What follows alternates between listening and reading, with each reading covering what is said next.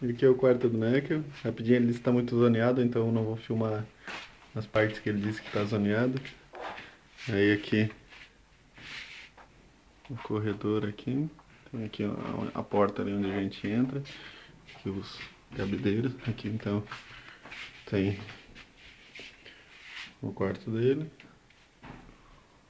O quarto do Francisco. Aqui é o banheiro.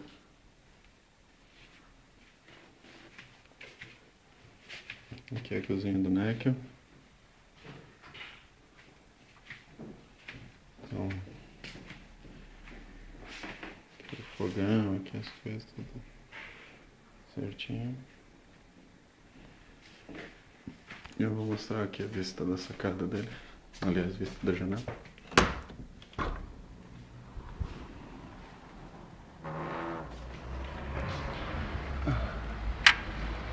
Aqui é a vista da janela da minha cabeça.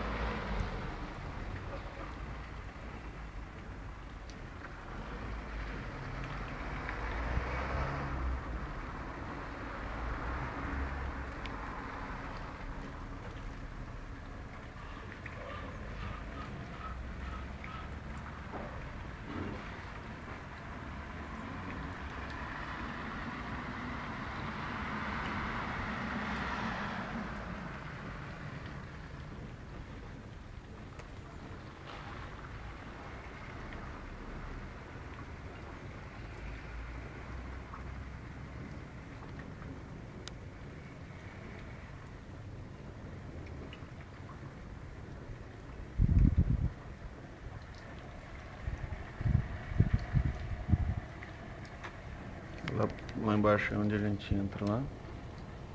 Tem uns prédios ali na frente. E hoje tá tranquilo, não tá tão frio.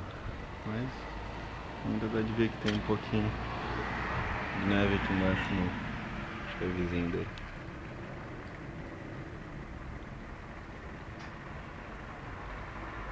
Lá atrás, aquilo lá não são, de acordo com o NEC, aquilo lá não são igrejas, é o departamento de polícia e a torre de trás é uma casa.